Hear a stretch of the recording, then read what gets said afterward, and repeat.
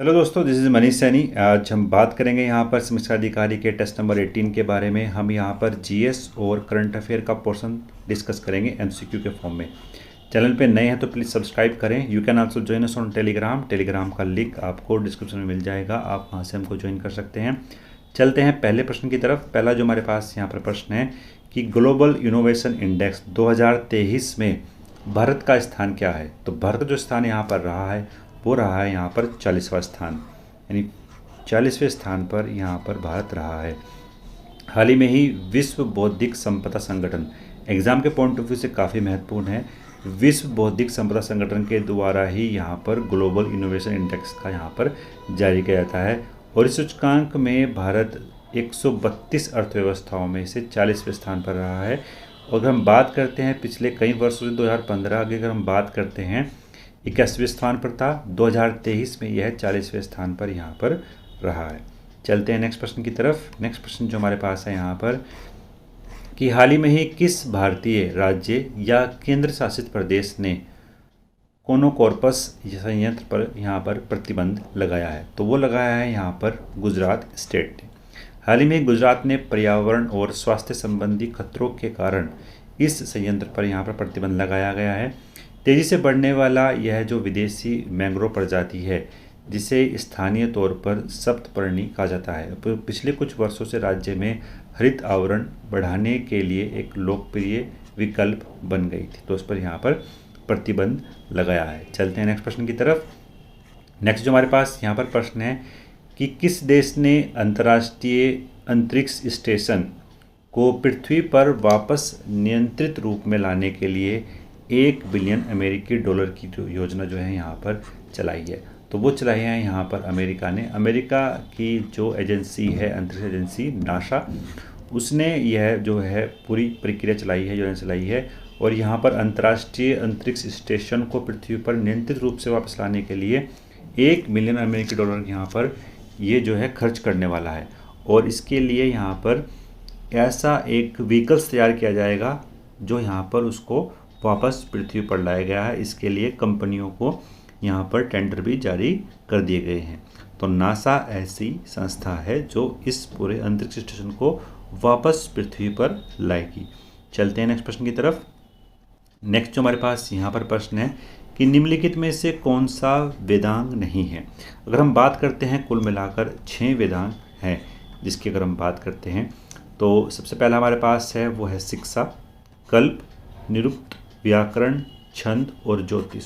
तो संयंत्र जो इसका होगा वो होगा यहाँ पर सांख्य। सांख्य की अगर हम बात करते हैं ये क्या है, दर्शन है। तो एग्जाम के पॉइंट ऑफ व्यू से काफ़ी महत्वपूर्ण है। 6 वेदांग हैं और शिक्षा, कल्प, व्याकरण, निरुक्त, छंद और ज्योतिष। चलते हैं नेक्स्ट प्रश्न की तरफ। नेक्स्ट जो हमारे पास यहाँ पर प्रश्न है कि बादामी के चालुक्य का राज्यकाल क्या था। तो इसका जो राज्यकाल रहा था वो रहा था यहाँ पर 543 से 757 तक। से यहाँ से जो हमारे पास होगा वो होगा यहाँ पर सी। और अगर हम बात करते हैं जो बादामी के चालुक्य थे, इनकी जो कैपिटल थी यहाँ पर वातापी। चलते हैं नेक्स्ट प्रश्न की तरफ। नेक्स्ट जो हमारे पास यहाँ पर प्रश्न है कि भारत का प्रथम शक राजा कौन था। तो अगर हम बात करते हैं भारत का जो प्रथम शक राजा था वो था यहाँ पर मोगा। सही आंसर जो हमारे पास होगा वो होगा यहाँ पर ए। मोगा भारत का प्रथम शक राजा था और उसने भारत में शक राज्य की यहाँ पर नींव डाली थी और उत्तर पश्चिम भारत के एक बड़े हिस्से पर अपना राज्य स्थापित किया था। चलते हैं नेक्स्ट प्रश्न की तरफ। नेक्स्ट प्रश्न जो हमारे पास है यहाँ पर कि किस सातवाहन राजा ने सर्वप्रथम राजा के नाम के सिक्के यहाँ पर जारी किए थे। तो वो किए थे यहाँ पर सतकर्णी प्रथम ने। सही आंसर जो हमारे पास होगा वो होगा यहाँ पर ए। अगर हम बात करते हैं सातवाहन वंश की तो ये हाल ही के ही आंध्र प्रदेश राज्य में इसका जो है शासन रहा था। हम बात करते हैं प्राचीन ब्राह्मण वंश था यह सातवाहन वंश, और वर्तमान कर्नाटक के मध्य प्रदेश, गुजरात तक ये जो है फैला हुआ था। और सतकर्णी प्रथम ने यहाँ पर सबसे पहले अपने नाम के कॉइन जारी किए थे, सिक्के जारी किए थे। चलते हैं नेक्स्ट प्रश्न की तरफ। नेक्स्ट प्रश्न जो हमारे पास है यहाँ पर कि कौन से उर्दू कवि असद नाम से कविताएं लिखते थे। तो वो लिखते थे यहाँ पर मिर्ज़ा गालिब। मिर्ज़ा गालिब जो है असद नाम से अपनी कविताएं जो हैं लिखते थे। चलते हैं नेक्स्ट प्रश्न की तरफ। नेक्स्ट प्रश्न जो हमारे पास है यहाँ पर कि विजयनगर साम्राज्य के राजा अच्युत राय ने किस प्रकार के सिक्के जारी किए थे? तो वो किए थे यहाँ पर गरुड़ प्रकार के सिक्के जारी किए थे। विजयनगर साम्राज्य के तुलु वंश के थे, ये राजा रहे थे तुलु वंश के। नेक्स्ट बात करते हैं, और ये जो है कृष्णदेव राय के छोटे भाई थे, इनका शासनकाल रहा था वो 1529 एडी से 1542 एडी के बीच इनका शासनकाल यहाँ पर रहा है। चलते हैं नेक्स्ट प्रश्न की तरफ। नेक्स्ट प्रश्न हमारे पास यहाँ पर नील दर्पण नाटक के द्वारा दीनबंधु मित्र ने किस दयनीय स्थिति को यहाँ पर दर्शाया था?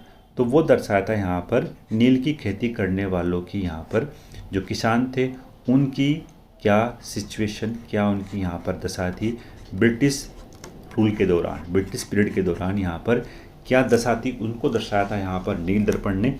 और अपने आप में एक पूरा आंदोलन यहाँ पर बन चुका था। जो नील आंदोलन की बात करते हैं तो वो पूरा आंदोलन बन चुका था 1860 के आसपास का जो पीरियड था, उसमें ये पूरा आंदोलन चला। और यहाँ पर दीनबंधु ने एक नाटक लिखा था यहाँ पर नील दर्पण, और उसमें जो है नील की खेती करने वाले जो किसान थे उनकी दशा को यहाँ पर दर्शाया था। अगर हम बात करते हैं अंग्रेज़ों के अत्याचार के कारण यहाँ पर भारतीय किसानों ने नील की खेती करने से इनकार कर दिया था। अगर हम बात करते हैं जो किसान थे उनसे यहाँ पर कंपनी ने कॉन्ट्रैक्ट कर रखा था कि वो जो है यहाँ पर नील की खेती अपने खेतों में उगाएंगे, तो इसकी वजह से जो है यहाँ पर अकाल भी आपको देखने को मिलते थे इस टाइम पीरियड के दौरान। चलते हैं नेक्स्ट प्रश्न की तरफ।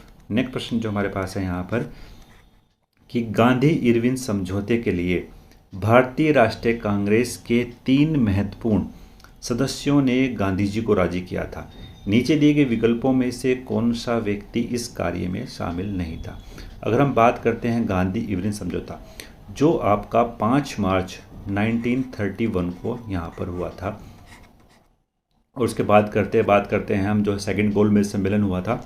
तो ये जो पूरी प्रक्रिया थी गांधी जी और इरविन समझौते के लिए, इसमें जो पुरुषोत्तम दास टंडन जो हैं वो यहाँ पर शामिल नहीं थे। तो सही आंसर जो इसका होगा वो होगा यहाँ पर डी।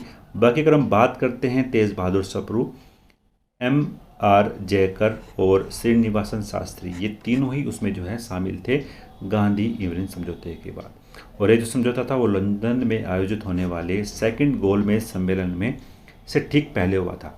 और इसी की वजह से, इस समझौते की वजह से ही यहाँ पर गांधी जी की काफ़ी आलोचना की जाती है कि उन्होंने समझौता किया था इरविन के साथ, और उसके बाद भगत सिंह जी को यहाँ पर फांसी दी गई थी। तो ये काफ़ी विवादित रहा है पूरे महात्मा गांधी जी के टाइम पीरियड के दौरान। अगर हम बात करते हैं उसके बाद जो है दूसरी ओर ब्रिटिश जो सरकार ने आंदोलन के दौरान गिरफ्तार किए गए क्रांतिकारियों को रिहा करने का फैसला यहाँ पर लिया था। तो चलते हैं नेक्स्ट प्रश्न की तरफ। नेक्स्ट प्रश्न जो हमारे पास है यहाँ पर कि भारत में पंचायती राज दिवस कब बनाया जाता है? तो ये बनाया जाता है यहाँ पर 24 अप्रैल। 24 अप्रैल में पंचायती राज दिवस जो है वो बनाया जाता है। और अगर हम बात करते हैं 24 अप्रैल को यहाँ पर 73वां संविधान संशोधन भी पारित किया था। अगर हम बात करते हैं जो संशोधन था ये संबंधित है हमारा पंचायती राज दिवस से, जो क्या बात करता है, जो बात करता है शासन के डिसेंट्रलाइजेशन के लिए, यानी विकेंद्रीकरण के लिए ये बात करता है। पूरा जो हमारे पास संशोधन था, जो पंचायत राज संशोधन है, ये शासन के विकेंद्रीकरण के लिए बात करता है। एग्जाम के पॉइंट ऑफ व्यू से अगर हम बात करते हैं काफ़ी महत्वपूर्ण है। चलते हैं नेक्स्ट प्रश्न की तरफ। नेक्स्ट प्रश्न जो हमारे पास है यहाँ पर कि राज्यसभा में राज्यवार सीटों का आधार क्या है?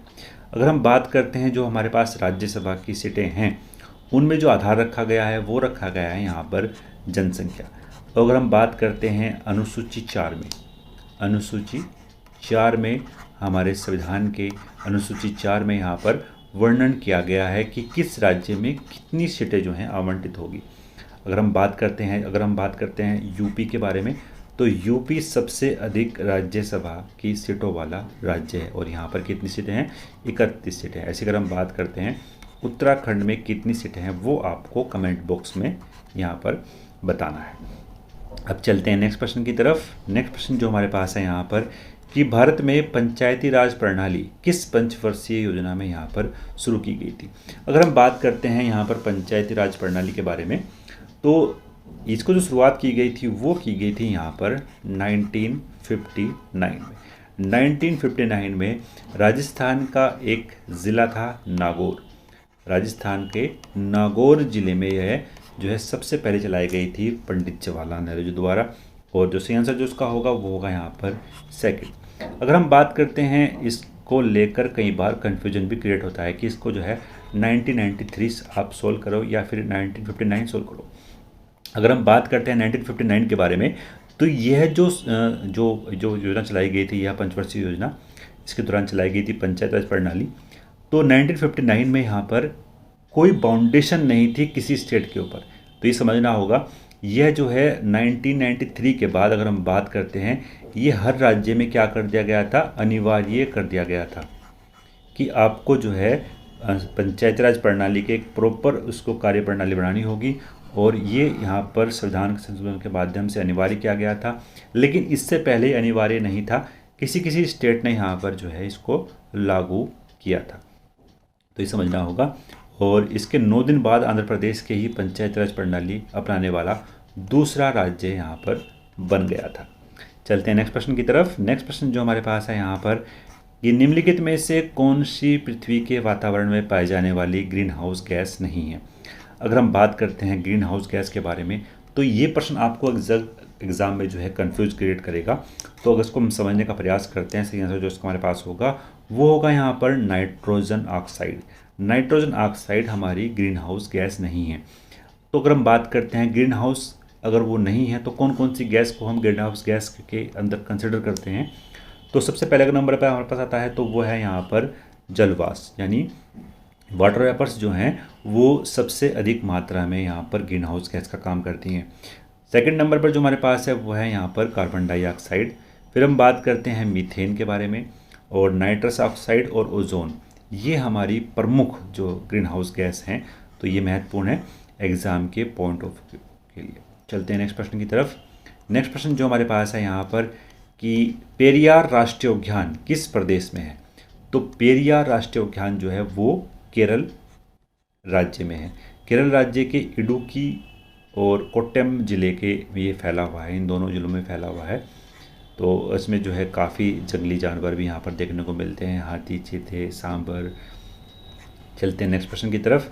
नेक्स्ट प्रश्न है हमारे पास यहाँ पर, नुआखाई त्योहार किस प्रदेश में बनाया जाता है। तो बनाया जाता है यहाँ पर उड़ीसा स्टेट में। सही आंसर जो हमारे पास होगा वो होगा यहाँ पर बी। अगर हम बात करते हैं भाद्रपद माह के ज्योतिष द्वारा तय किए गए एक दिन को इस रूप में हम बनाने का निर्णय यहाँ पर लेते हैं। और अगर हम बात करते हैं, ये जो त्यौहार है पूरी तरीके से ये नए चावल खाने के लिए त्यौहार बनाया गया है, और इस दिन जो है खीर का भोग लक्ष्मी माता को लगाया जाता है। तो सही आंसर जो उसका होगा वो होगा यहाँ पर बी, उड़ीसा। चलते हैं नेक्स्ट प्रश्न की तरफ। नेक्स्ट प्रश्न जो हमारे पास है यहाँ पर, शरावती जल विद्युत परियोजना कहाँ पर है। तो सही आंसर जो इसका होगा हमारे पास वो होगा यहाँ पर बी, कर्नाटक राज्य में। अगर हम बात करते हैं, शरावती जल विद्युत परियोजना जो है कर्नाटक राज्य में है, और यहाँ पर एक जो है वाटरफॉल भी है, यानी जलप्रपात भी है, वो है यहाँ पर जोग जलप्रपात, वो यहीं पर ही है। भारत का प्रसिद्ध जो है वाटरफॉल है। चलते हैं नेक्स्ट प्रश्न की तरफ। नेक्स्ट प्रश्न जो हमारे पास है यहाँ पर, कि भ्रूण किस में अनुपस्थित होता है। तो शैवालों में आपको भ्रूण देखने को नहीं मिलेगा। सही आंसर जो इसका होगा वो होगा यहाँ पर ए। तो इन 20 प्रश्नों को हमने यहाँ पर डिस्कस करा जो एग्ज़ाम के पॉइंट ऑफ व्यू से काफ़ी महत्वपूर्ण थे। तो अगर आपको पसंद आया तो प्लीज़ लाइक करें, अपने दोस्तों के साथ शेयर करें।